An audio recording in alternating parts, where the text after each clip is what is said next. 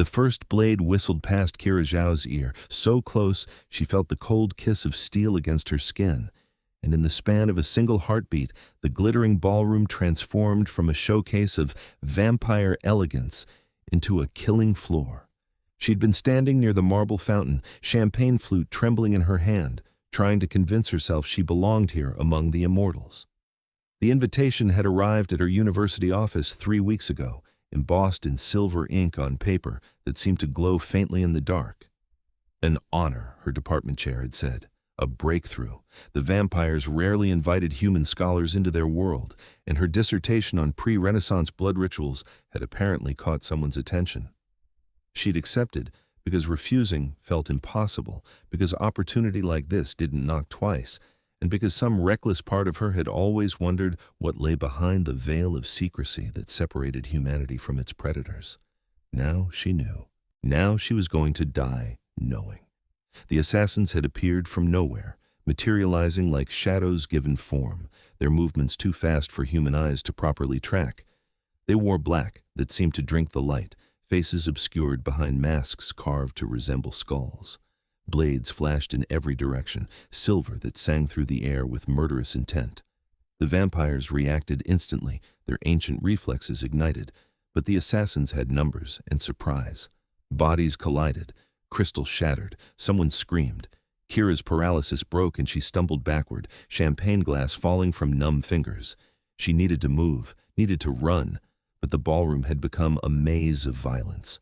A vampire in midnight blue fell near her, throat opened by a wicked curved blade, his white hair spreading across marble suddenly slick with blood darker than wine.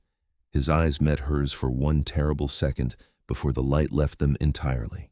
Then something slammed into her from behind, arms like iron bands wrapping around her waist, and the world spun.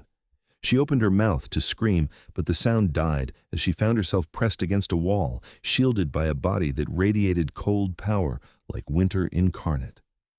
"Do not move," a voice commanded, low and absolute. "Do not even breathe loudly." She couldn't have moved if she'd wanted to. Her face was pressed against expensive fabric, against a chest that didn't rise and fall with breath. The arms caging her belonged to someone tall enough that she felt completely engulfed, hidden, protected by sheer physical presence. The scent surrounding her was strange and intoxicating, something like frost and old stone and midnight itself. Metal clanged nearby. Someone shrieked in rage or pain. The body shielding her shifted slightly, and she heard a wet, terrible sound, followed by a choked gasp.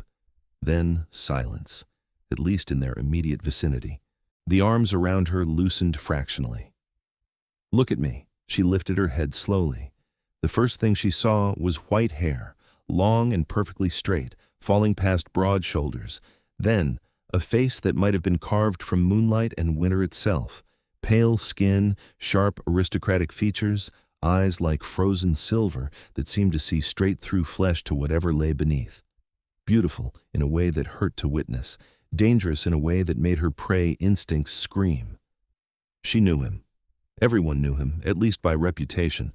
Alaric Ravencroft, the Vampire King, eldest of the elders, the ruler who had united the fractured vampire courts 3 centuries ago and maintained an iron grip on immortal politics ever since. He was legend made flesh, power personified, and he was currently using his own body as a shield between her and a ballroom full of assassins. "You are the human scholar," he said, not quite a question. His voice carried the weight of centuries, accented in a way she couldn't quite place. Old world, older than nations. Keira Zhao. "Yes," she managed, surprised her voice worked at all. "I don't understand what's happening. Someone wishes to disrupt the peace."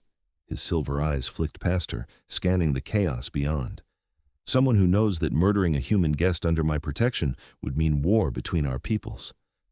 The implication hit her like ice water. "I'm bait." "You're under my protection," he corrected, and something in his tone made it clear he considered those very different things. "Which means you will not die tonight. I give you my word." Another blade came spinning through the air toward them. Alaric moved faster than thought, catching it by the handle and sending it back the way it came in one fluid motion. Someone gurgled and fell. He didn't even look away from her face. "How many?" she whispered. Too many for this to be anything but coordinated. His jaw tightened. They knew when you would be here. They knew where security would be positioned. This is betrayal from within. The fighting seemed to be intensifying rather than dying down. Keira could hear shouting in languages she didn't recognize, could smell smoke now mixed with the copper tang of blood. The beautiful ballroom, with its soaring ceilings and crystal chandeliers, had become an abattoir. "Can you fight your way out?" she asked. Something flickered in those silver eyes, surprised perhaps that she was thinking tactically rather than dissolving into hysterics. "I can. But I cannot fight and guarantee your safety simultaneously. They will target you the moment I engage." "So we're trapped." "Temporarily." He shifted his position slightly, angling himself to block a better view from the center of the room. The movement pressed him closer to her, and Keira became acutely aware of the solid strength of him, the coiled power in every line of his body. He was still scanning their surroundings with predatory focus. "My personal guard will reach us soon. They know my position." "How?" "We are bound by blood oaths. They can sense me as I sense them." He glanced down at her again, and this time she caught something almost like concern in his expression. "You are trembling." "Someone just tried to kill me. Multiple someones." Her voice came out shakier than she wanted. "I'm a graduate student. I study old books. This isn't exactly my normal Thursday night." The corner of his mouth twitched, almost a smile. "Almost. You are handling it better than most would. I've seen warriors freeze when assassins strike." "I'm terrified," she admitted, because lying to a vampire king seemed profoundly stupid. "But I'd rather be terrified and thinking than terrified and dead." "Wise." He tilted his head suddenly, listening to something she couldn't hear. "They are trying to flush us out, setting fires in the eastern wings." "Won't that trap everyone?" "That is the intent. Force us into the open or burn." His expression darkened. Bold, suicidal, but bold. Smoke was definitely thickening in the air now. Kira's eyes began to water. Through the haze, she could make out shapes still fighting, vampire against assassin, but the numbers seemed more even now. The immortals were winning, but slowly, paying in blood for every inch. "We need to move," Alaric said quietly. "The smoke will obscure their vision as well as ours. Stay behind me. Match my movements exactly. If I stop, you stop. If I tell you to run, you run and do not look back. Understood?" "Where will I run to?" "There is a servants' passage behind the western colonnade. It leads down to the old crypts. They connect to the city sewers. Not pleasant, but you can reach the surface safely from there." He was already moving as he spoke, keeping her pressed to the wall, his body a barrier between her and the chaos. "My guard will find you once the threat is contained." "What about you?" He glanced back at her, and she saw ancient amusement in his eyes. "Concerned for my well-being, scholar?" "I am touched." "You're the king. If they kill you, doesn't that cause problems?" "They cannot kill me." No arrogance in the statement, just fact. "I am far too old and far too angry to die to hired blades." They moved through the smoke like ghosts, Alaric's movements liquid and precise. Keira focused on staying in his shadow, on keeping her footsteps quiet despite her heels clicking on marble. Bodies littered the floor now, most wearing black, some in formal attire. She tried not to look at their faces, tried not to think about the vampires she'd been speaking with earlier, the ones who'd been surprisingly welcoming despite her mortality. A figure lunged from the smoke without warning. Alaric caught the assassin's wrist mid-strike, twisted, and the crack of breaking bone echoed like a gunshot. The assassin opened his mouth to scream, but Alaric's other hand closed around his throat, cutting off sound and air, and then life. The body dropped. "Keep moving," Alaric commanded softly. They were close to the colonnade when 3 more assassins emerged, spreading out to block their path. These ones moved differently, more carefully, coordinating their positions. Professional killers who'd realized what prey they faced. "Behind me," Alaric said, his voice dropping to something that made the air itself seem to vibrate. "Close your eyes if you wish. This will not be pretty." Keira didn't close her eyes. She'd come this far. She needed to understand what he was, what they all were, if she was going to survive in this world. The assassins attacked in unison, blades flashing in complex patterns meant to overwhelm and confuse. Alaric met them without weapon or hesitation. He moved like violence set to music, every motion efficient and brutal. He caught a blade bare-handed, ignoring the silver that must have burned his palm, and used it to redirect the strike into the assassin's own companion. Spun inside another's guard, and did something that left the man crumpling with a shattered sternum. The third tried to retreat, but Alaric was faster, pulling him back by the neck and ending it with clinical precision. It took perhaps 5 seconds. When it ended, Alaric stood among 3 corpses, white hair unstained, silver eyes cold as starlight. Only the blood on his hands gave evidence of violence. He turned back to Keira, taking in her expression. "Still with me?" "Yes," she breathed. "That was necessary." He wiped his hands on one of the dead assassin's cloaks. "Come. We are not clear yet." The colonnade opened before them, elegant pillars reaching toward a frescoed ceiling now obscured by smoke. Alaric led her between them quickly, then stopped before what looked like solid wall. He pressed something, a hidden mechanism, and stone ground against stone as a passage revealed itself. "Go," he commanded, "straight down until you reach—" The blade punched through his chest from behind, emerging bloody between his ribs. Keira's scream stuck in her throat. Alaric staggered forward 1 step, silver eyes widening in shock or pain or both. Behind him, an assassin in a mask different from the others, more ornate, smiled with visible satisfaction. "Finally," the assassin said, voice distorted by the mask, "the mighty Alaric Ravencroft, caught protecting human trash." Alaric's hand shot out, gripping Keira's wrist with desperate strength. "Run!" he gasped, blood on his lips now. "Run!"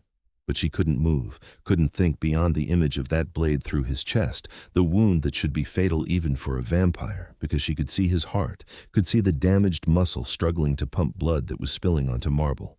The assassin twisted the blade, and Alaric made a sound that would haunt her nightmares. His grip on her wrist loosened. He fell to one knee. "No," Keira heard herself say. "No, no, no." "Touching," the assassin said, withdrawing the blade with cruel slowness. The monster and the scholar, almost poetic. "Don't worry, little human. You'll join him soon enough. But first, I think we'll make sure he watches you die. Let that be his last sight before—" Keira didn't think. Thinking was beyond her. She grabbed the champagne bottle that had somehow remained intact on a nearby column, glass glittering in the firelight, and swung it with every ounce of desperate strength she possessed. The bottle connected with the assassin's skull and shattered in an explosion of glass and foam. The assassin stumbled, more from surprise than damage, but it was enough. Enough for Alaric to surge upward despite the wound in his chest, enough for him to get his hands on the assassin's throat. What happened next was too fast and too violent for Keira to properly process. She caught impressions only. Alaric's face transformed into something inhuman, fangs elongating, eyes blazing with silver fire, the sound of tearing, the assassin's final choked scream. Then, silence. Alaric stood over the body, breathing hard despite not needing to breathe, blood covering the front of his white shirt. The wound in his chest was horrific, but even as Keira watched, she could see it beginning to close. Slow. Too slow. He'd lost too much blood. "You did not run," he said hoarsely, turning to face her. His features had returned to human beauty, but the blood remained. "I told you to run." "You saved my life," Keira replied, surprised by how steady her voice sounded. "I wasn't going to let him kill you." "I'm a vampire. You are human. The natural order suggests you should have fled." "The natural order can go to hell." She moved toward him carefully. "You're still bleeding. That's not healing right." "Silver blade, coated in something alchemical." He grimaced. "It will heal, eventually, but you are correct that I am temporarily compromised." Shouts echoed from the ballroom behind them. Alaric's expression sharpened. "More coming. We have to move. You can barely stand. I can stand well enough to protect you." He reached for her hand, his fingers cold but steady. "Come." Before the world exploded into chaos again. Not assassins this time, but vampires in armor, moving with military precision. Alaric relaxed fractionally as they surrounded him, forming a protective circle. "Sire," one of them said, kneeling immediately, "we came as fast as we could. The attack has been contained. All assassins dead or captured. Casualties? 17 of ours. All will recover except Lord Dimitri and Lady Seraphine." Pain flickered across Alaric's face. I see. And the human guests? The scholar is the only one. The others had already departed before the attack began. This was timed to her presence specifically. Alaric's hand tightened around Keira's. Then we have our answer. Someone wants war badly enough to attempt murdering an innocent under my protection. He swayed slightly, and 2 guards moved to support him. Escort Miss Zhao to the private quarters. Post guards at every entrance. No one enters without my express permission. Sire, you need blood. You need to feed and rest. I am aware of my needs. Cassius. Irritation sharpened his tone. See to Miss Zhao first. She has been through enough tonight. Keira found her voice. I'm fine. You're the one who got stabbed protecting me.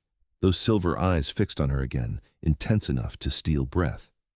You struck an assassin with a bottle to save my life. You have earned my protection 100 times over. I will not fail you now by collapsing from something as mundane as blood loss. That wound doesn't look mundane. Nevertheless, he straightened with visible effort, pulling free from the supporting hands. Cassius, take her. I will follow once I have spoken with the survivors. The guard called Cassius bowed. As you command, sire. Keira wanted to argue, wanted to insist on staying, but she was crashing now that the adrenaline was fading. Her hands shook, her knees felt watery. When Cassius gestured toward a doorway, she followed numbly, glancing back only once to see Alaric still standing tall despite the blood, every inch the king, even in the aftermath of carnage. The private quarters turned out to be a suite of rooms that resembled a museum more than living space. Antique furniture, tapestries that might have been medieval, bookshelves climbing toward impossibly high ceilings. A fire burned in a marble fireplace large enough to stand in. Cassius guided her to a chair that probably cost more than her entire year's tuition. Are you injured, Miss Zhao? He asked, his tone formal but not unkind. I don't think so. Scared. Confused. But not hurt. You saved the king's life. He saved mine first. Several times. I just hit someone with a bottle. Cassius almost smiled. That bottle strike may have changed the course of history. The king has many enemies who would rejoice in his death. That you gave him the opening he needed speaks to either great courage or great foolishness. Probably the foolishness one, Keira admitted. I wasn't thinking. I just saw him hurt and reacted. Then your instincts are better than your judgment credits. Cassius moved toward a cabinet and withdrew what looked like very old brandy. Drink this. It will help with the shock. She accepted the glass gratefully, downing a swallow that burned all the way down but did help steady her nerves. What happens now? Now we investigate, find who hired the assassins, who betrayed our security protocols, who wanted you dead badly enough to risk the king's wrath. Cassius's expression hardened. And when we find them, they will learn why Alaric Ravencroft has ruled for 3 centuries, unchallenged. A commotion at the door interrupted them. Alaric entered, surrounded by guards, still bloodstained but moving with more strength than he'd shown moments ago. His eyes found Keira immediately. Out, he commanded, and everyone except Keira moved toward the exit. All of you, post yourselves outside. I will call if I need assistance. Sire, you should not be alone in your condition, Cassius protested. I am alone with Miss Zhao, which is hardly alone, and given that she proved willing to strike an assassin to preserve my life, I suspect I am safer with her than I would be with a guard rotation that clearly included a traitor. Alaric's tone brooked no argument.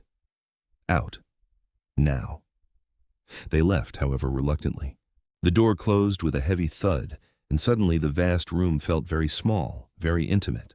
Alaric stood there for a moment, just looking at her, something unreadable in his ancient eyes. You should not have stayed, he said finally. When I was struck, you should have run. That was the logical choice, the safe choice. You'd already been stabbed because you were protecting me. Keira set down the brandy glass before she dropped it. How was I supposed to just leave you? Easily. You are human. I am a predator. Self-preservation should have overridden any obligation you felt. Is that really what you think? She stood, anger cutting through the lingering fear. That I only stayed out of obligation? You threw yourself between me and assassins, multiple times. You took a blade meant for me, and you think I saved you because I felt obligated. He moved closer, and she realized he was still bleeding, dark stains spreading across white fabric. Then why did you stay? Because it was the right thing to do. Because you're a person, immortal or not, and you were in trouble. She gestured at his chest. You need to feed. Don't you?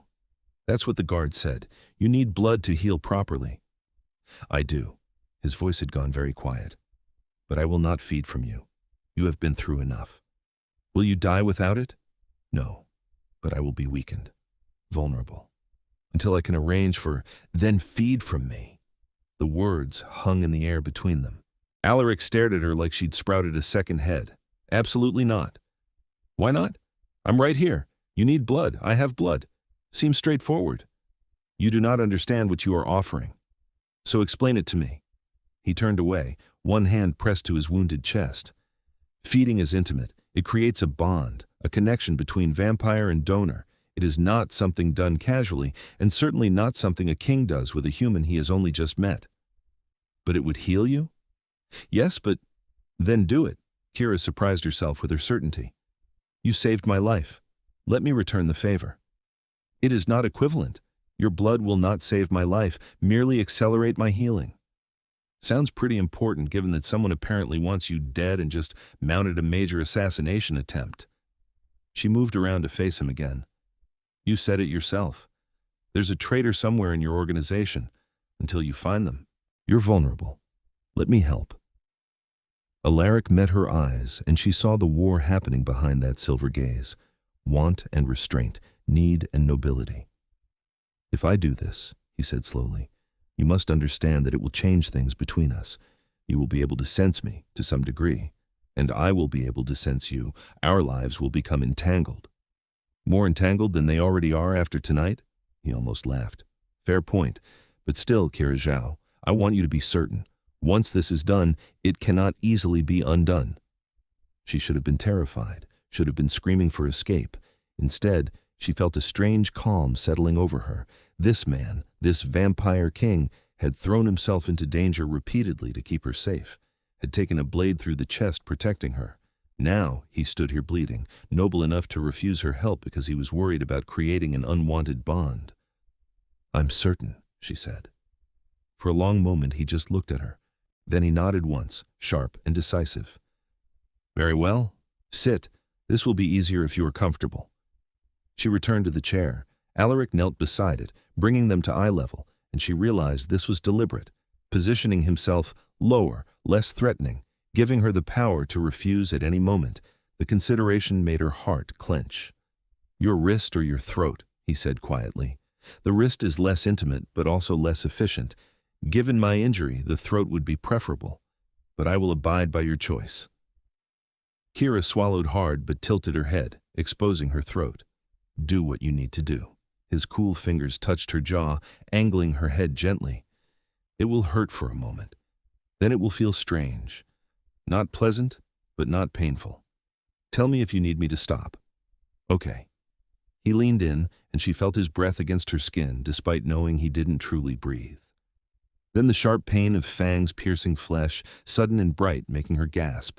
True to his word, the pain faded quickly, replaced by an odd pulling sensation, like something fundamental being drawn from her core. But beneath the strangeness, something else bloomed. Warmth where before there had been cold.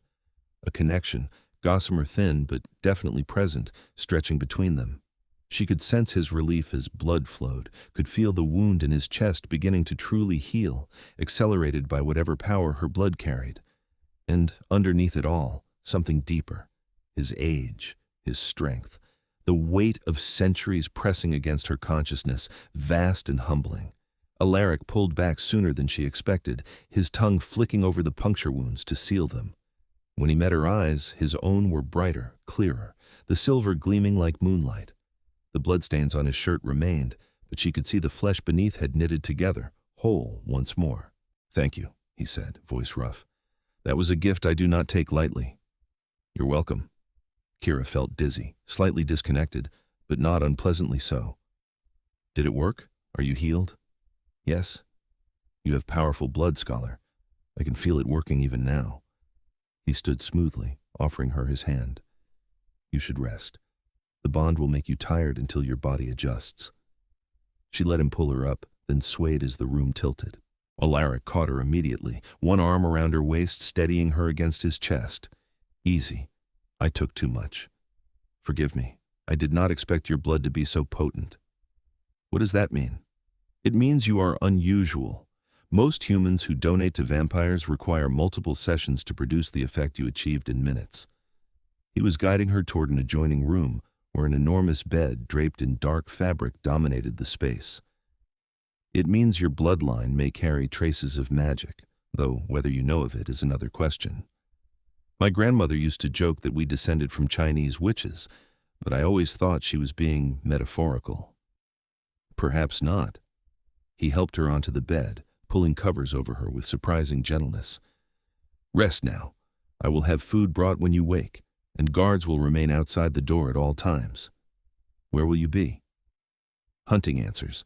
Someone orchestrated tonight's attack, and they will pay for threatening you.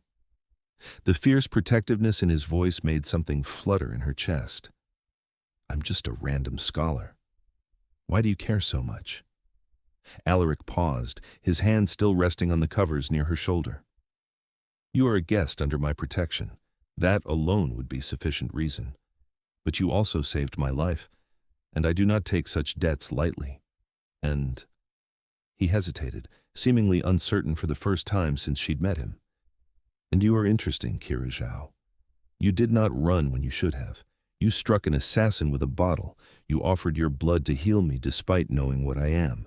You are either the bravest or most foolish human I have encountered in decades. Still leaning toward foolish, she murmured, exhaustion pulling at her consciousness. She thought she heard him laugh softly as darkness claimed her, and in her dreams she felt his presence like a distant star, cold and bright and constant. When Keira woke, sunlight streamed through cracks in heavy curtains drawn over the windows. She sat up slowly, checking herself for injury out of habit, but found only the faint mark on her throat where Alaric had fed. Her clothes were still the formal dress she'd worn to the ball, now rumpled and stained with smoke.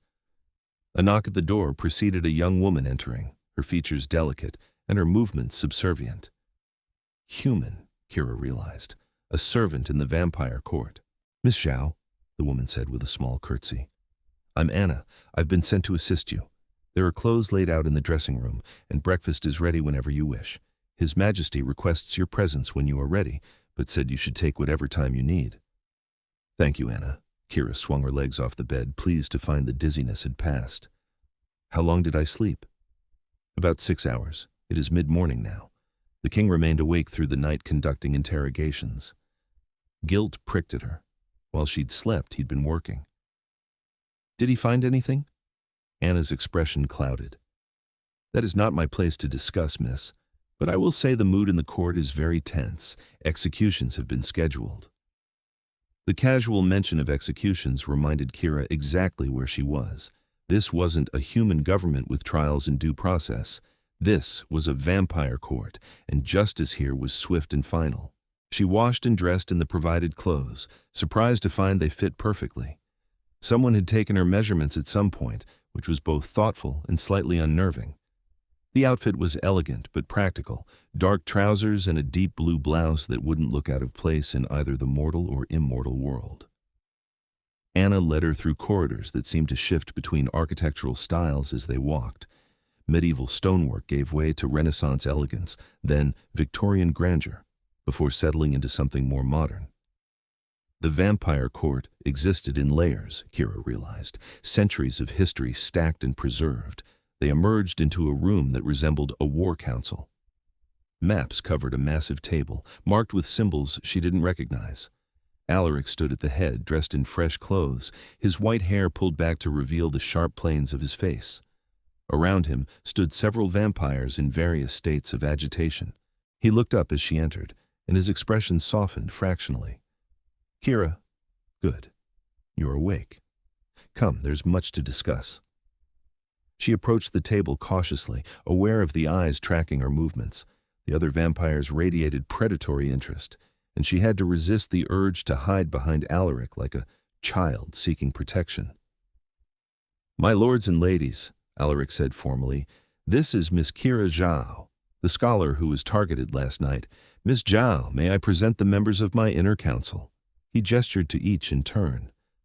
Lord Cassius you have met. Lady Morrigan leads our intelligence networks, Lord Theron commands the military forces, and Lady Isolde oversees diplomatic relations with the human world.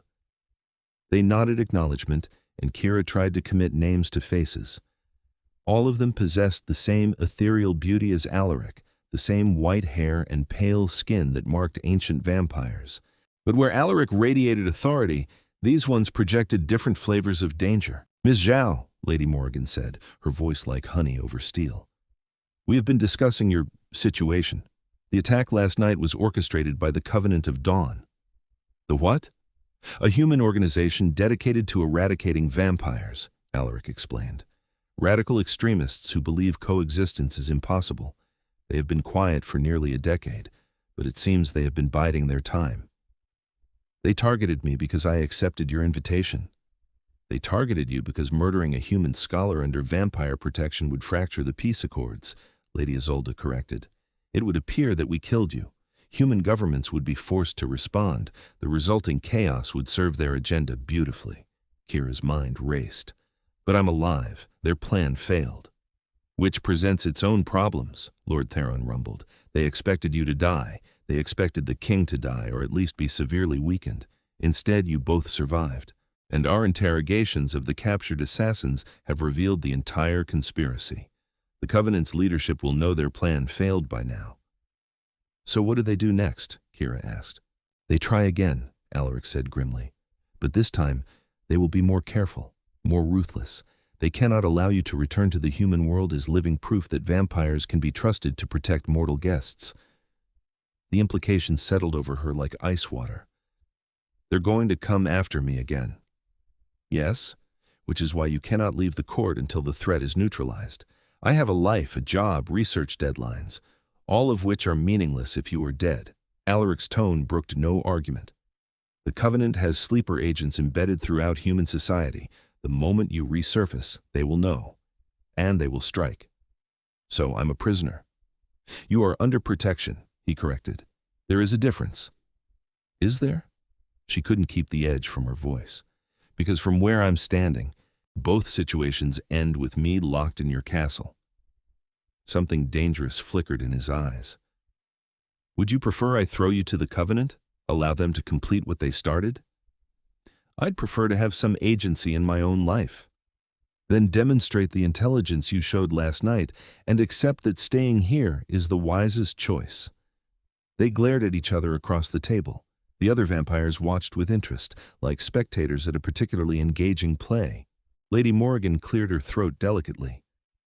Perhaps Miss Zhao would find the situation more palatable if she understood she is not being imprisoned, but rather recruited.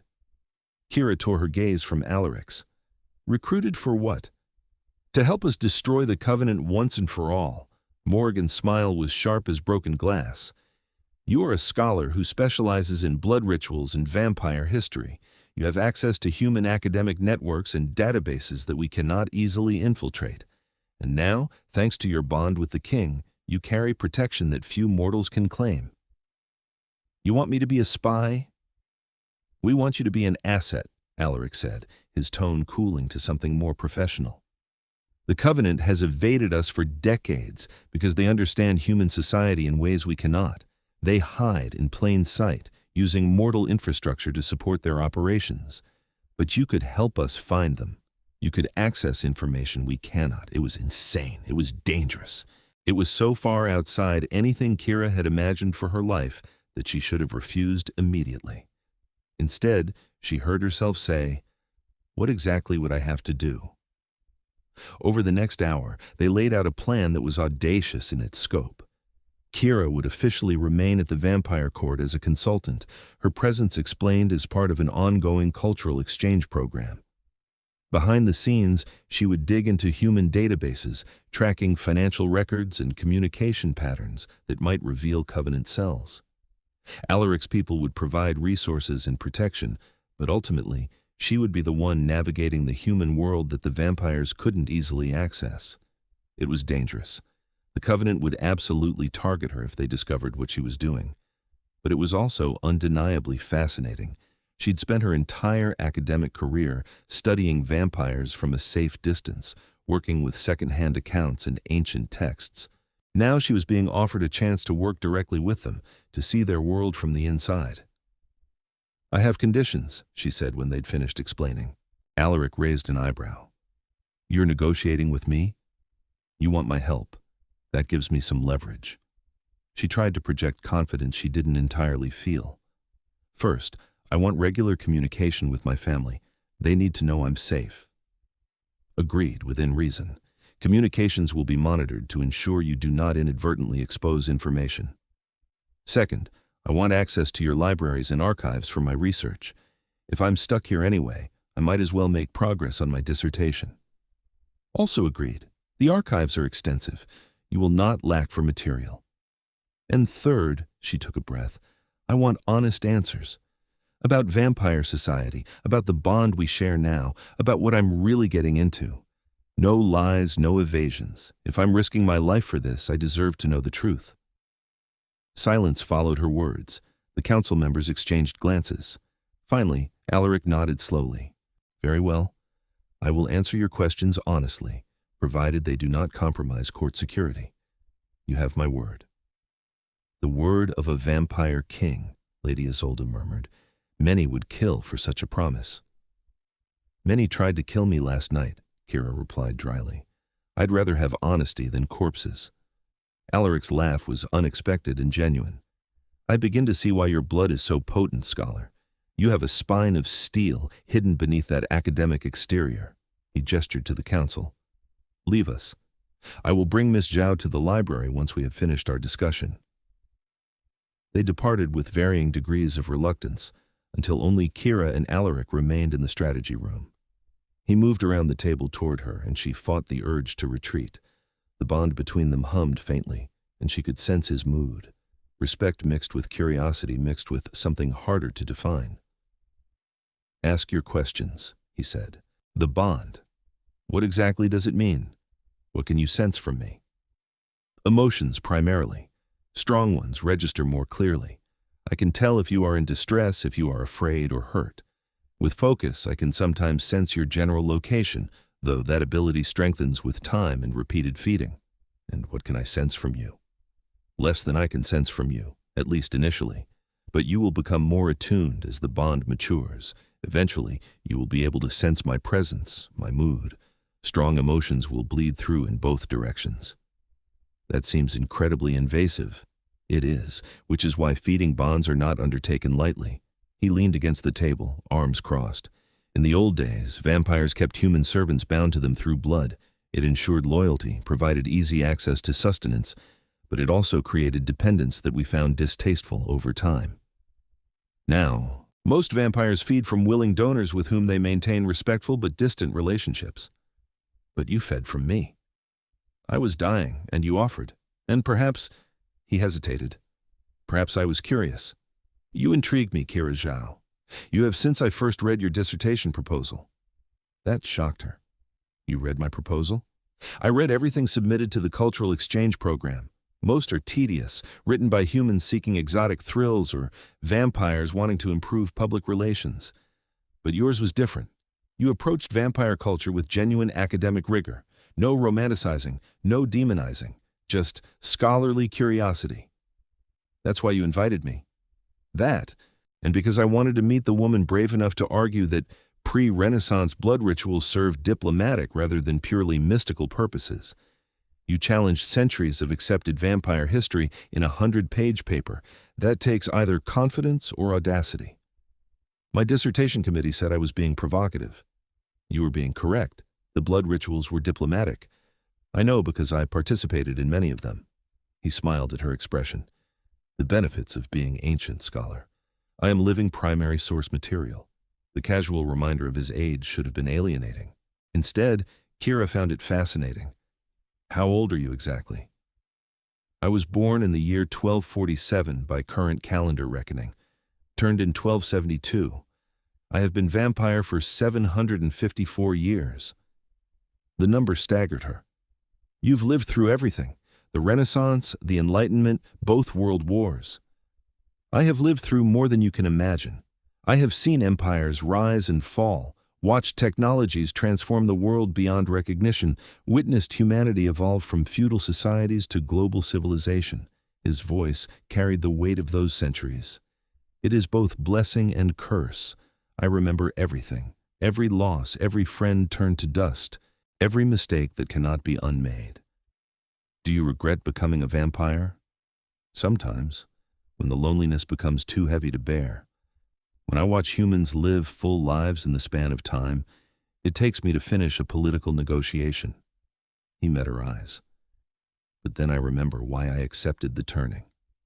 Power to protect those who could not protect themselves, immortality to ensure the vampires had steady leadership, the ability to build something lasting in a world of impermanence. And have you built something lasting? I have tried. The peace between humans and vampires is fragile, but it exists.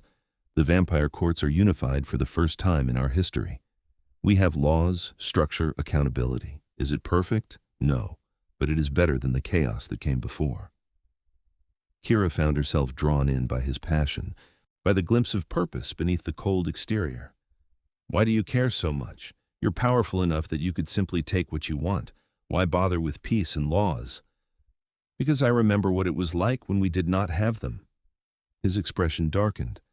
I remember vampire lords treating humans as cattle. I remember humans hunting us with fire and stakes, burning innocents because they feared our existence. I remember centuries of bloodshed that benefited no one. When I took power, I swore I would build something better, a world where both species could coexist with dignity. That's what the Covenant wants to destroy. Yes. They believe coexistence is a lie, that vampires can never be trusted, and they are willing to kill anyone who proves them wrong. The pieces were clicking together in Keira's mind. That's why they targeted me specifically, not just because killing me would fracture the peace, but because my research supports coexistence. If a scholar can work safely with vampires, if we can learn from each other, it undermines their entire worldview. Precisely. You are living proof that their philosophy is flawed. They cannot allow you to exist. So by staying here, by helping you hunt them, I'm choosing a side.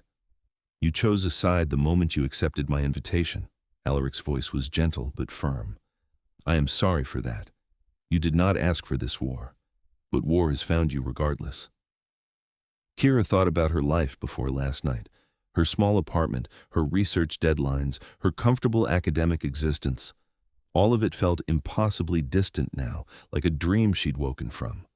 The woman who had walked into that ballroom was not the woman standing here now. That woman had never struck an assassin with a bottle, had never offered her blood to a vampire king, had never agreed to hunt terrorists through human and vampire worlds alike. Okay, she said, I'm in. Show me what I need to do. The smile he gave her was brilliant and devastating. Thank you. You will not regret this, I promise you. Famous last words, she thought, but kept the observation to herself. The following days fell into a pattern that was surreal in its domesticity, despite the underlying danger. Mornings were spent in the archives, vast libraries that descended through multiple levels, filled with books and scrolls and documents dating back centuries. Alaric had assigned her a workspace and granted access to everything except the most sensitive materials. She dove into research with the enthusiasm of a scholar finally given keys to the kingdom, cross-referencing vampire history with human records, finding patterns and connections she'd never had access to before. Afternoons were training. At Alaric's insistence, she learned basic self-defense from Cassius, who proved to be a patient if demanding instructor. She learned how to break holds, how to use an attacker's momentum against them, how to identify exits and improvised weapons. She would never be a warrior, but she might survive long enough for help to arrive, and that was better than nothing. Evenings were strategy sessions with the council, reviewing intelligence reports and tracking financial transactions that might indicate Covenant activity. Keira's academic skills translated surprisingly well to investigative work. She could spot patterns in data, could trace connections through seemingly unrelated documents. Slowly, they began building a picture of the Covenant's structure, and nights belonged to Alaric. He came to her quarters after the court had retired, when the ancient castle settled into darkness, lit only by firelight and old lamps. Sometimes he brought books from the archives to discuss, sometimes he simply sat with her, answering questions about vampire society or his own long history. Sometimes they said nothing at all, existing in comfortable silence while she read, and he worked through correspondence. The bond between them grew stronger with each passing night. She began to sense his presence even when he wasn't nearby, a constant awareness at the edge of her consciousness. And she could feel his emotions bleeding through more clearly now. Frustration when investigations hit dead ends, satisfaction when they found new leads. And underneath it all, a protective concern focused on her with laser intensity. "You are always watching me," she said one night, setting aside the journal she'd been reading. "I can feel your attention even across the castle." Alaric looked up from his desk, moonlight turning his white hair to silver. "You nearly died under my protection. Forgive me if I am reluctant to allow it to happen again. I'm safe here. Your guards are everywhere." One of my guards was the traitor who allowed the assassins into the ballroom. His voice hardened. He died screaming for that betrayal. But it does not change the fact that I trusted him. I will not make that mistake again. "So you trust no one?" "I trust very few. Cassius, Morrigan, Theron, Isolde. They have proven their loyalty over centuries." He set down his pen, giving her his full attention. "And I am beginning to trust you." "That seems unwise, given I've known you less than 2 weeks. Perhaps, but you have had multiple opportunities to betray me. You could have run to human authorities, could have sold information to the Covenant, could have done any number of things to undermine our work. Instead, you have devoted yourself to this task with remarkable dedication. That earns trust. Or I'm just really committed to not dying." His laugh was soft. "That too. But I think there is more to it. I think you believe in what we are trying to build, peace between species, understanding across ancient divides. You could have chosen a safe dissertation topic, but instead you tackled the controversial question of vampire-human cooperation throughout history. That suggests idealism lurking beneath your pragmatism." He wasn't wrong, which was mildly annoying. "Maybe I'm just curious. Academic curiosity is a powerful motivator. As is survival instinct, desire for justice, and—" He paused, something flickering across his face too quick to read. "And other factors." "What other factors?" "Nothing worth discussing at this hour." He stood, moving toward the door. "It is late. You should rest." Alaric. His name felt strange on her tongue, intimate despite their formal interactions. "What aren't you saying?" He stopped at the threshold, back to her, tension visible in the line of his shoulders. "I am saying nothing because there is nothing to say. You are under my protection. We share a bond born of necessity. That is the extent of our relationship." "Is it?" "It must be." He glanced back at her, and in the moonlight, his eyes were molten silver. "You are human, Keira. Mortal. Your life is a candle flame compared to my existence. It would be unwise for either of us to mistake proximity and shared danger for anything deeper." The words hurt more than they should have. "Of course. How silly of me." "Keira." "Good night, Your Majesty." She picked up her journal again, affecting disinterest. "Thank you for the conversation." He lingered another moment, then left without another word. The door closed softly behind him, and Keira was left alone with her thoughts and the uncomfortable realization that somewhere in the past 2 weeks, she'd started to care about the Vampire King as more than just a protector or research subject. Which was, as he'd so bluntly pointed out, spectacularly unwise. She tried to focus on her reading, but the words blurred together. The bond hummed with his absence, and she could sense him moving through the castle, could feel his own turbulent emotions roiling beneath iron control. Whatever he was feeling, it wasn't indifference. But whether that made the situation better or worse, she couldn't say. The breakthrough came 3 weeks after the initial attack. Keira was cross-referencing financial records from shell corporations when she noticed a pattern. Money flowing through multiple accounts, always in amounts small enough to avoid triggering automatic alerts, but collectively representing millions. The trail led through banks in 5 countries before terminating at a private security firm in Eastern Europe. Got you, she whispered, pulling up the security firm's public records. On the surface, they were legitimate, providing bodyguards and security consultations to wealthy clients. But their client list included several known Covenant sympathizers, and their founder had written extensively about the vampire threat before his company suddenly went quiet. She brought her findings to the council that afternoon, spreading documents across the strategy table. Alaric leaned over them, his eyes scanning quickly, and she felt his satisfaction through the bond. "This is it," he said. "This is their funding mechanism. Cut off the money and we cripple their operations." "Can we seize the accounts?" Lord Theron asked. "Not through legal channels. The corporation is registered in a country with strict banking privacy laws." Lady Morgan tapped one of the documents. "But there are other ways, less clean but effective." "Meaning?" "Meaning we send someone to physically access their servers, copy everything. Then we can trace every transaction, identify every Covenant cell, and eliminate the entire network in a coordinated strike." "That's incredibly dangerous," Keira protested. "Their security will be formidable." "Which is why we send our best." Alaric straightened. "I will go personally." The room erupted in protest. Cassius was loudest, his voice sharp with alarm. "Sire, you cannot risk yourself on a field operation. If something happens to you..." "If something happens to me, the succession protocols are clear. Cassius assumes regency until the council can elect a new king." Alaric's tone brooked no argument.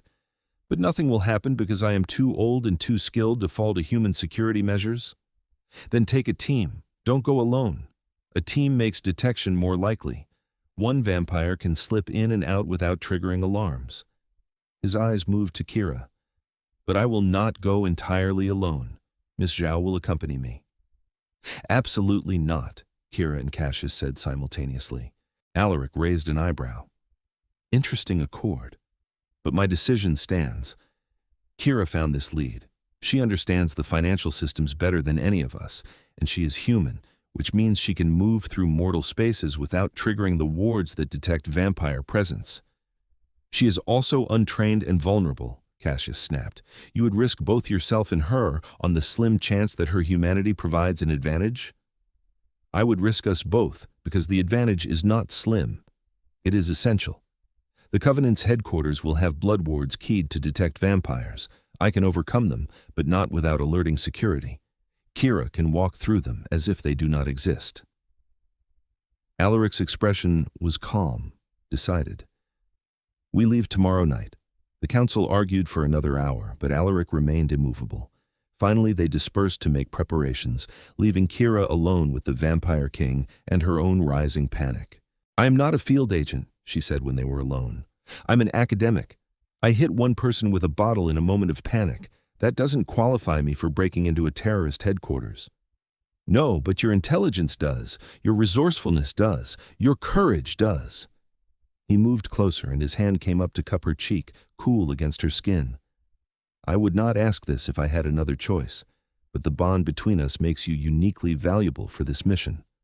I can sense your location at all times, can feel if you are in distress, and you can sense me.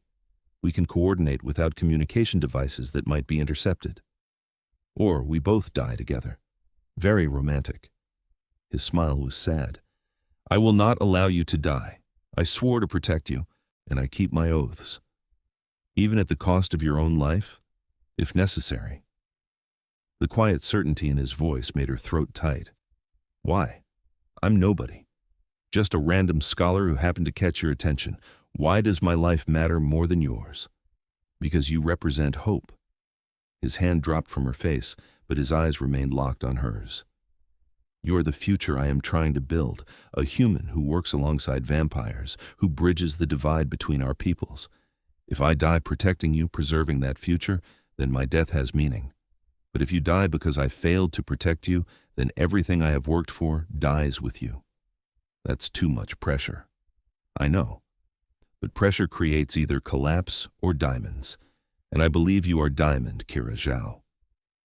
She wanted to argue, wanted to refuse, wanted to demand he send someone else, but she could feel his determination through the bond, immovable as mountains, and beneath it, something that felt almost like fear. Not for himself, but for her, for the mission, for the fragile peace they were all trying to preserve.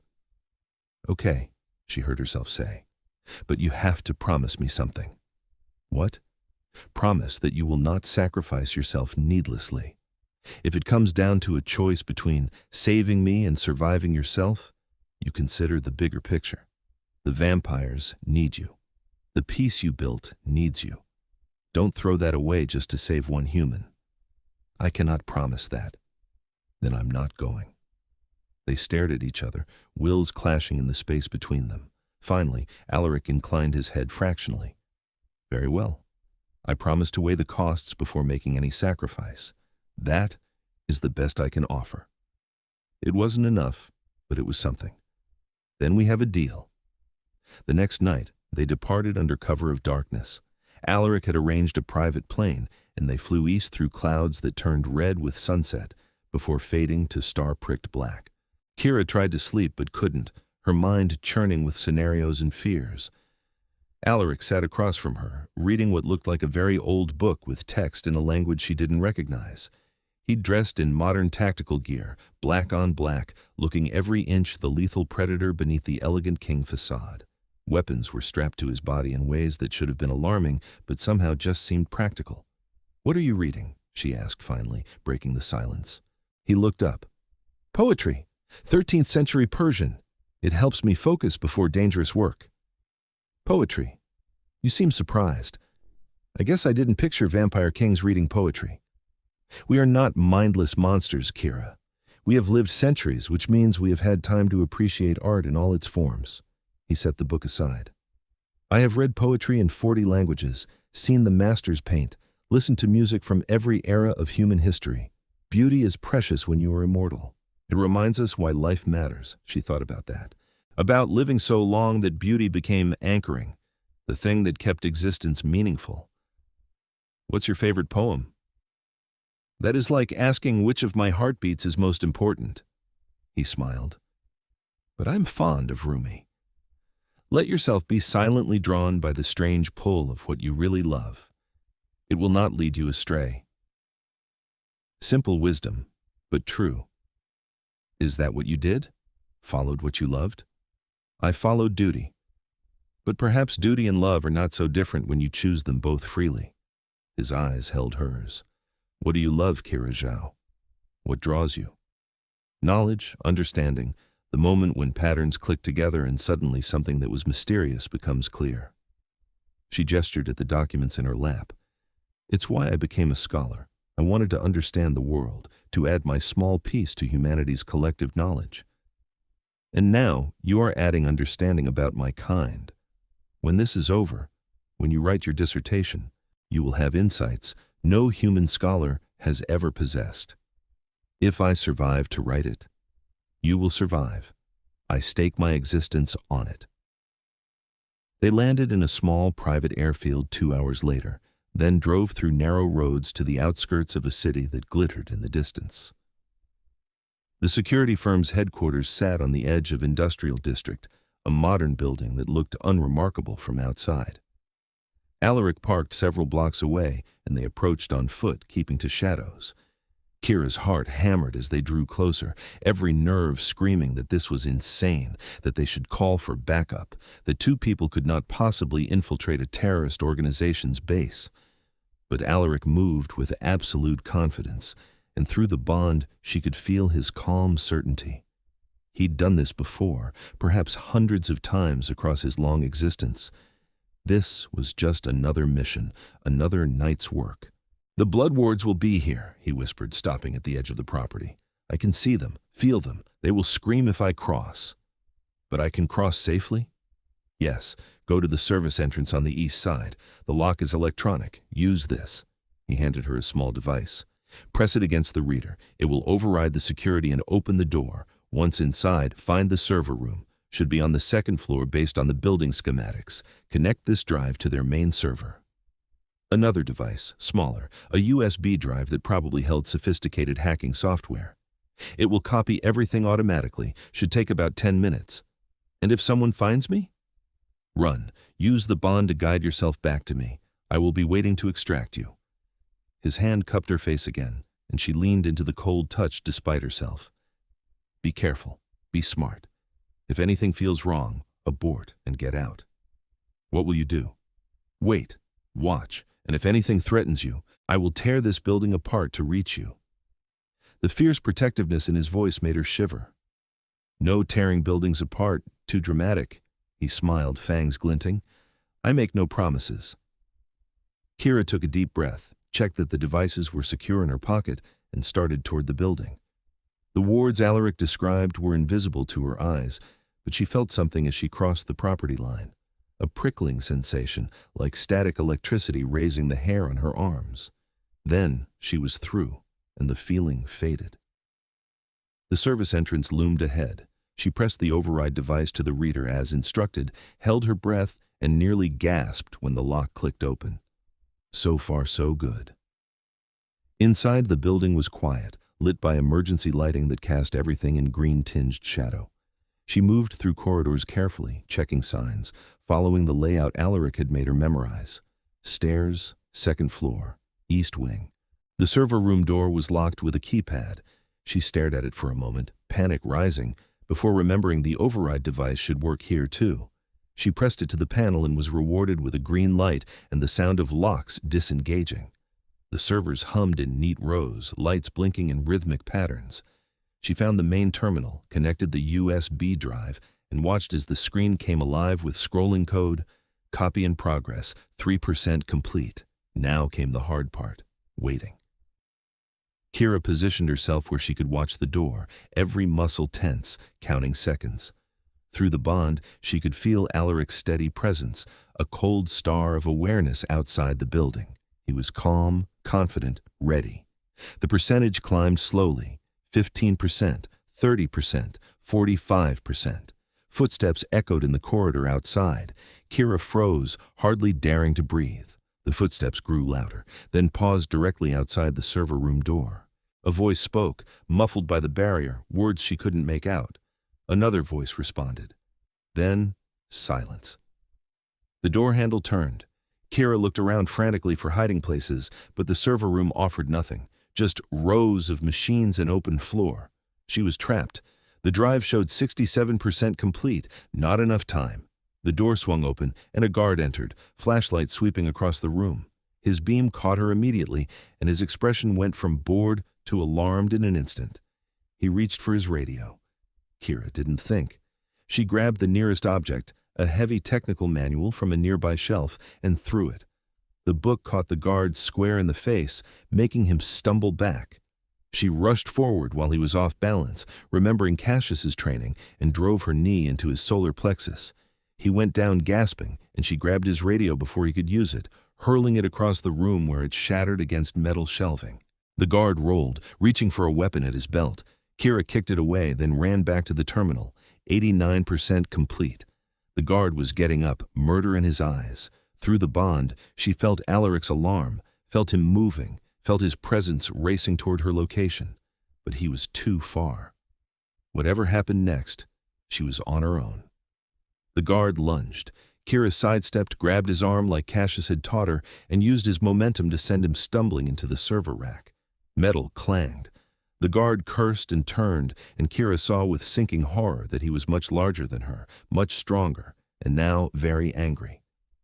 "Who are you?" he demanded in accented English. "How did you get in here?" "Tourist. Took a wrong turn." The quip came out shakier than she intended. "You are dead, little spy." He advanced on her, hands outstretched. The terminal beeped. 100% complete.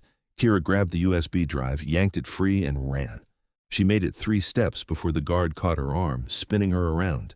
His fist drew back, and she knew she couldn't dodge in time. Then, the window exploded inward in a shower of glass, and Alaric landed between them like an avenging angel. He moved too fast for human eyes to track. One moment the guard was holding Keira, the next he was against the far wall with Alaric's hand around his throat, feet dangling off the ground. The Vampire King's eyes blazed silver fire, fangs fully extended, every line of his body radiating lethal rage. "You touched her," Alaric said, his voice dropping to something that barely qualified as human. "You dared lay hands on what is mine." "Alaric, stop!" Keira gasped. "We got what we came for. We need to leave." He didn't seem to hear her. His grip tightened and the guard made a choking sound. "Alaric, please, we have to go. Killing him triggers alarms." That penetrated. He looked at her, some of the rage fading from his eyes. "He hurt you." "Barely. I'm fine. But we won't be if we stay here." Alaric held her gaze for a long moment, then dropped the guard, who crumpled unconscious to the floor. "You're right. Forgive me. I saw him strike you through the bond and I—" He stopped, jaw clenching. "It does not matter. Come."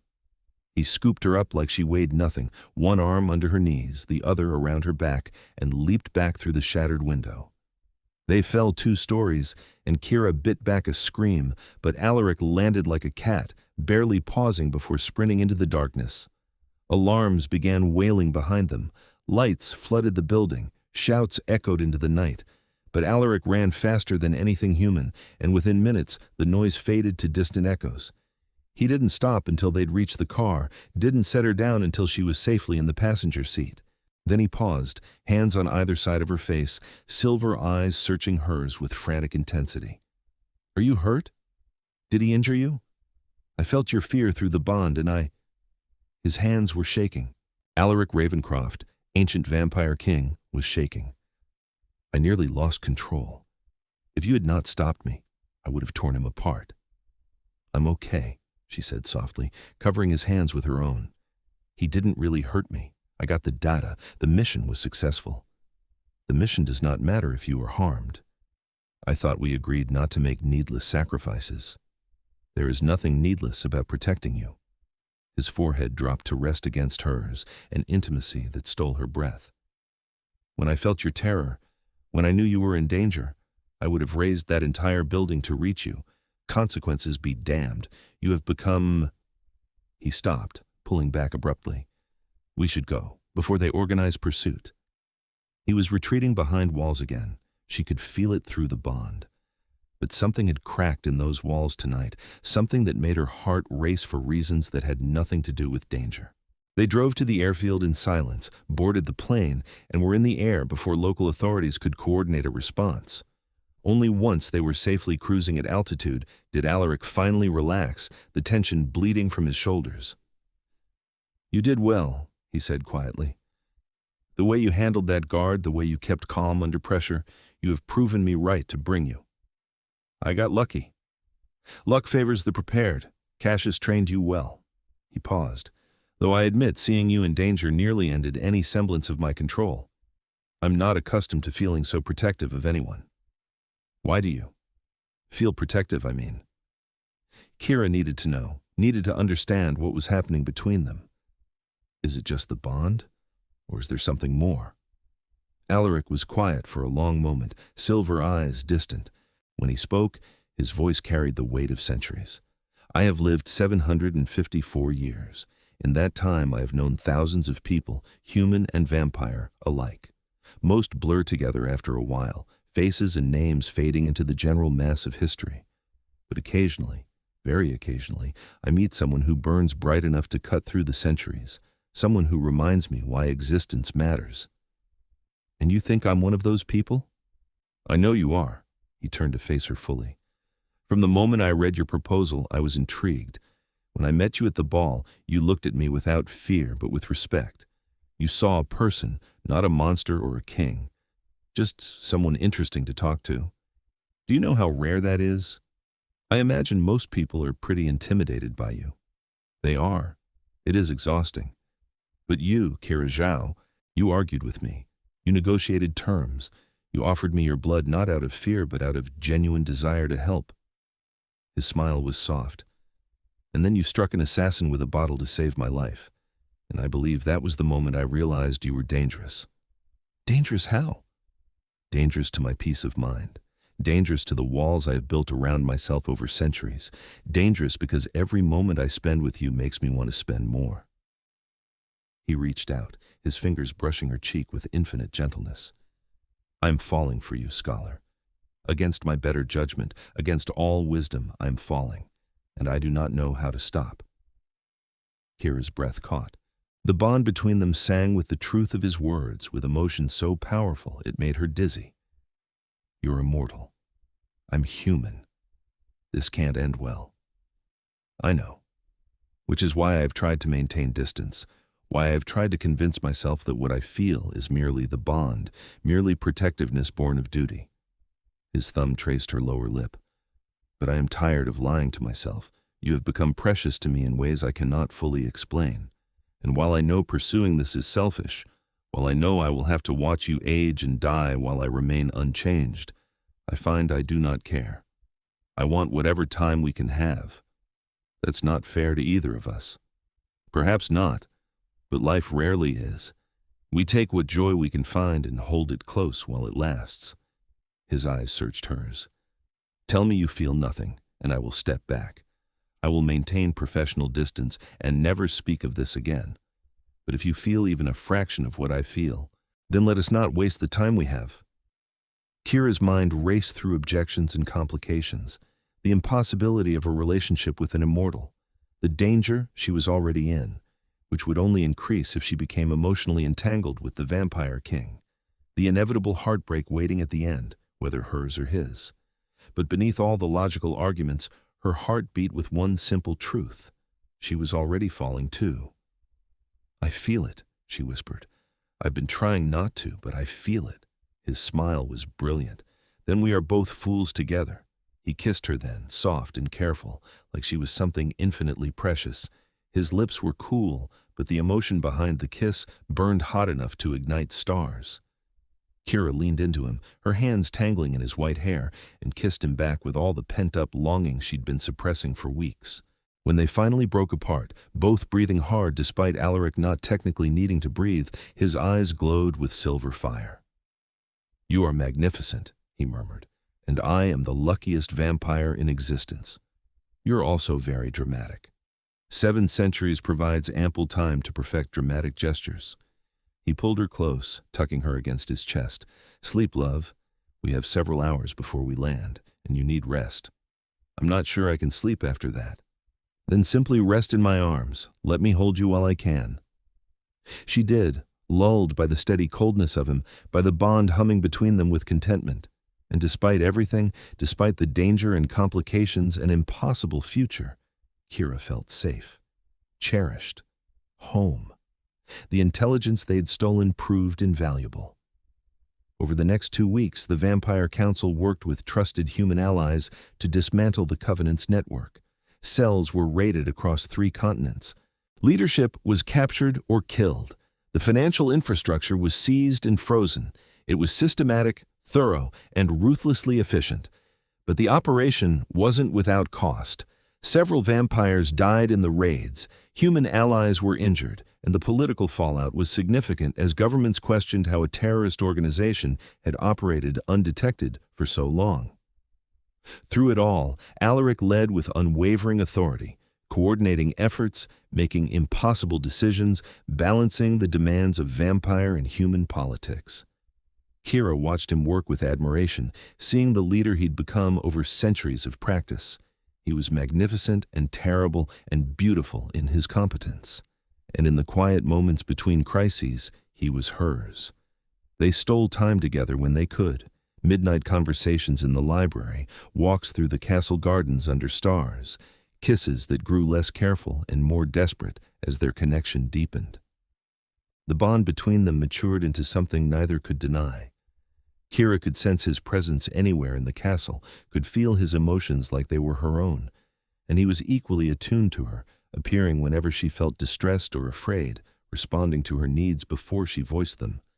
It should have felt invasive. Instead, it felt right, like they were 2 halves of a whole finally united. The Covenant is finished, Lady Morgan announced at a council meeting 3 weeks after the raids began. Their leadership is destroyed, their funds seized, their operatives scattered. It will take them decades to recover, if they ever do. Good, Alaric said. And Miss Zhao's safety? No outstanding threats that we can detect. She should be safe to return to the human world if she wishes. Every eye turned to Keira.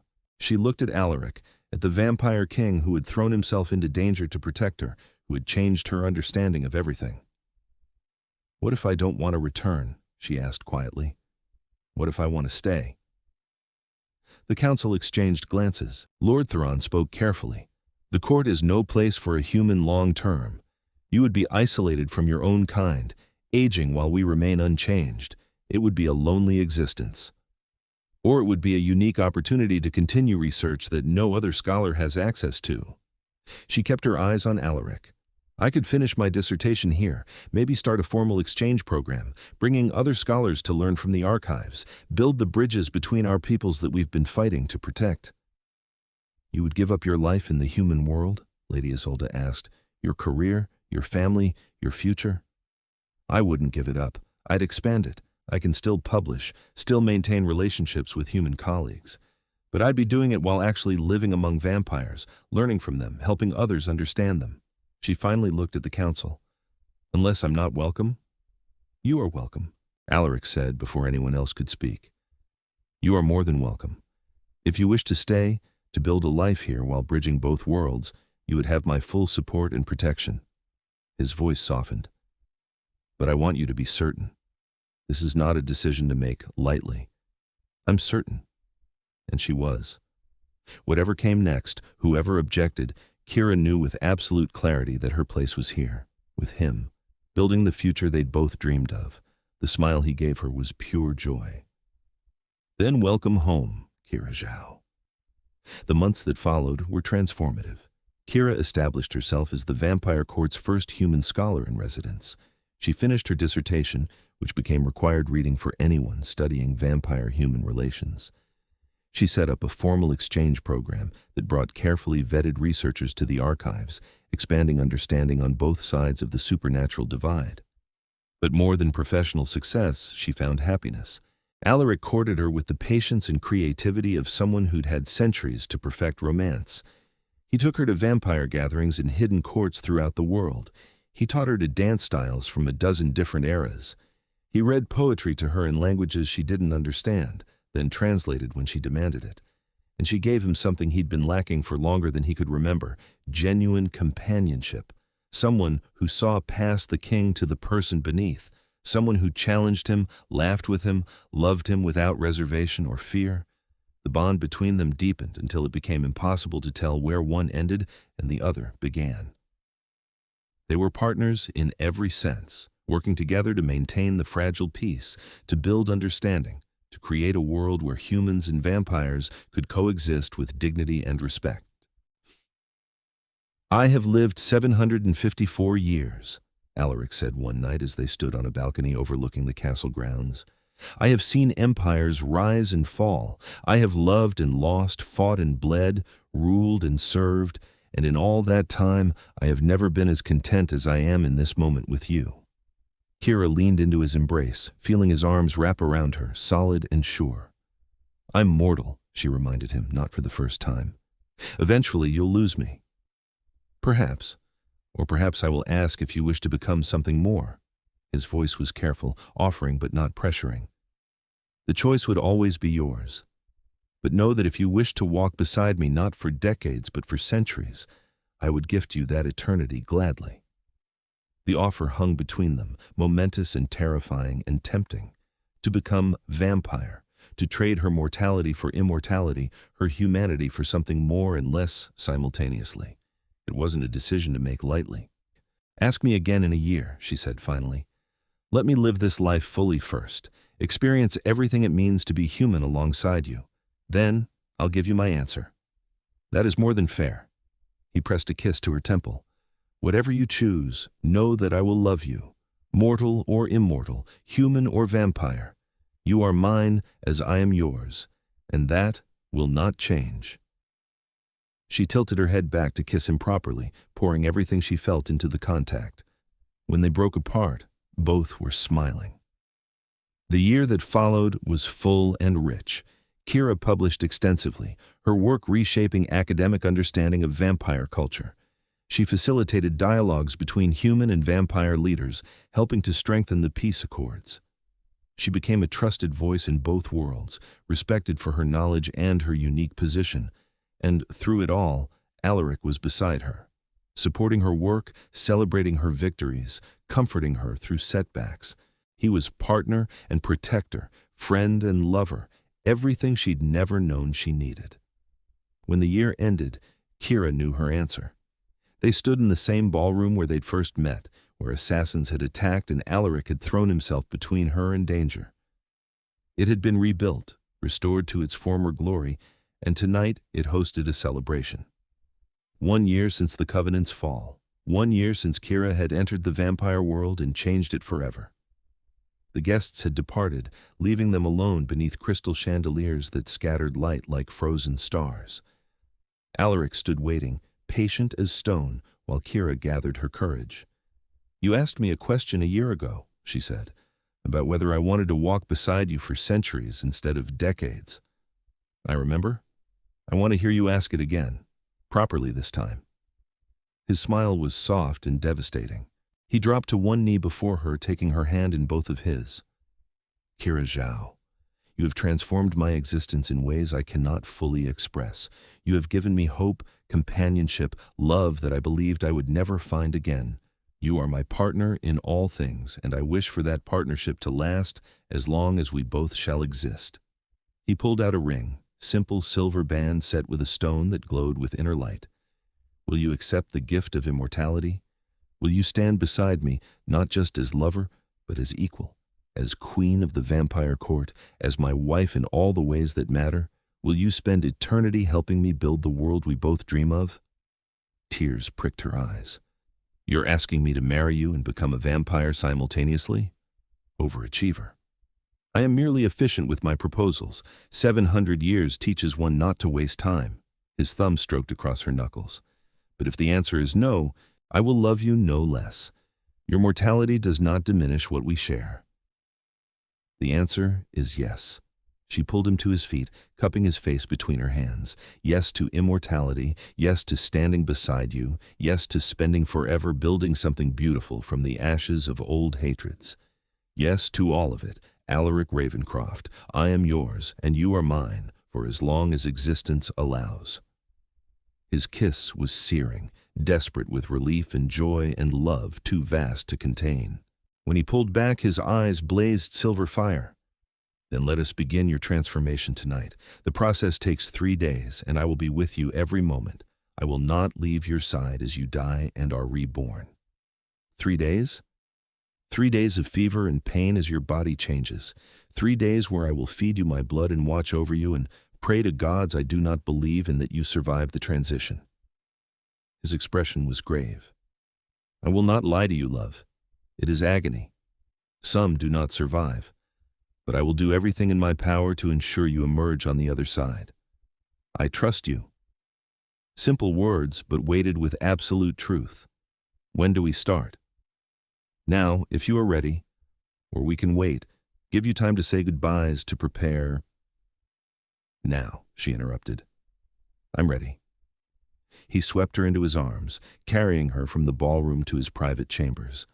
They'd made love there countless times, but tonight felt different. Sacred. The end of one existence and the beginning of another. Alaric laid her on the bed with infinite care, then stretched out beside her. "I will need to drain you nearly to death," he explained softly. "Then feed you my blood. Your body will reject it at first, fighting the transformation, but gradually my blood will overcome your humanity, rewriting your very essence. You will sleep and dream, and when you wake, you will be changed. Will I still be me?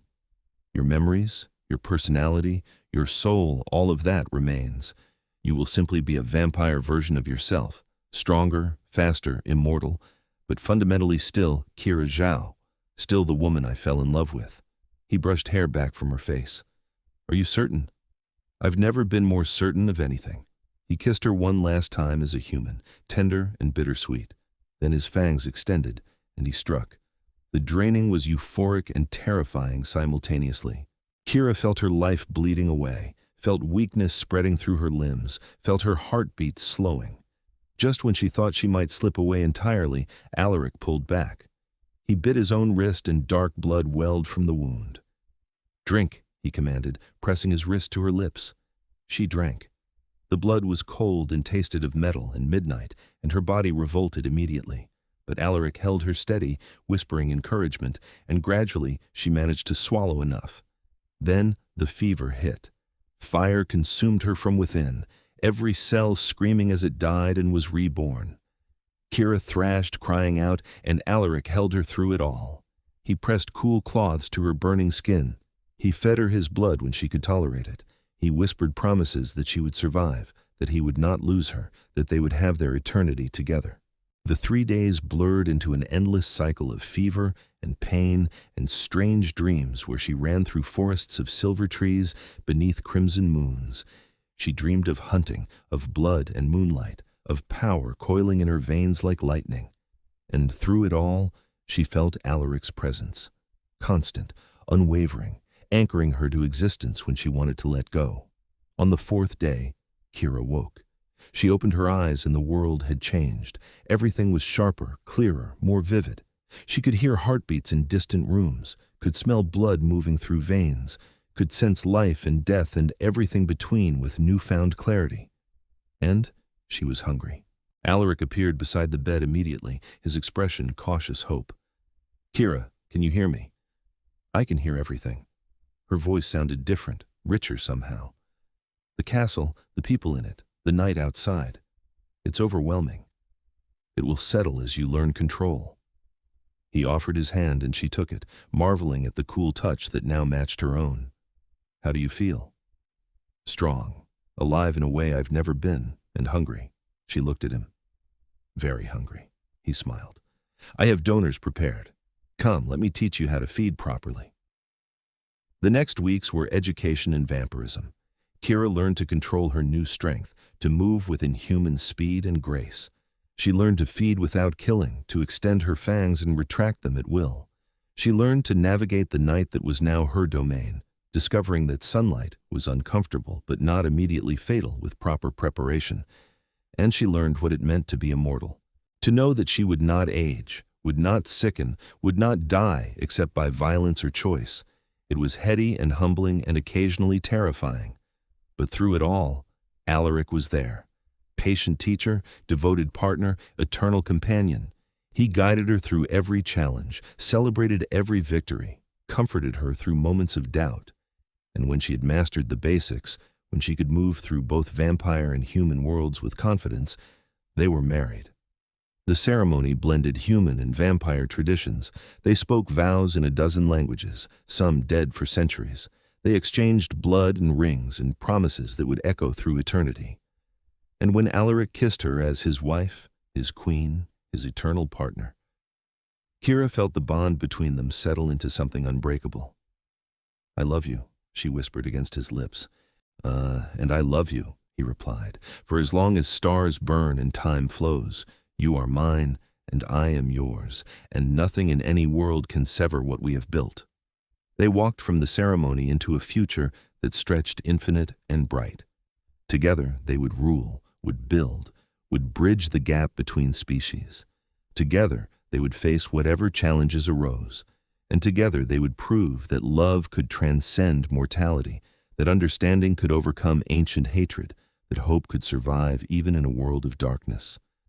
Keira Zhao, once a simple scholar, now stood as vampire queen beside the eternal king.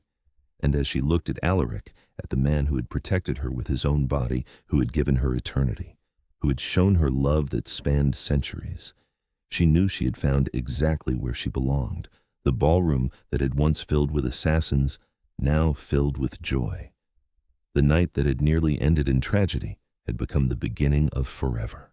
And in the end, that was the greatest victory of all. They had survived, they had loved, and they would have all of eternity to build the world they dreamed of, side by side, heart to heart, forever and always. The end came not with darkness, but with light, with hope, with the knowledge that even immortals could find their perfect match. Alaric and Keira would face centuries together, would weather storms and celebrate triumphs, would grow and change while remaining fundamentally themselves. And every night, for as long as existence allowed, the vampire king would look at his scholar queen and remember the moment she'd struck an assassin with a bottle to save his life, and he would fall in love with her all over again. That was the true magic. Not immortality, not power, not even the bond that connected them, but the choice to love, to commit, to build something beautiful from the ruins of old hatreds. That was the victory that mattered, the triumph that would echo through ages, and they had won it together.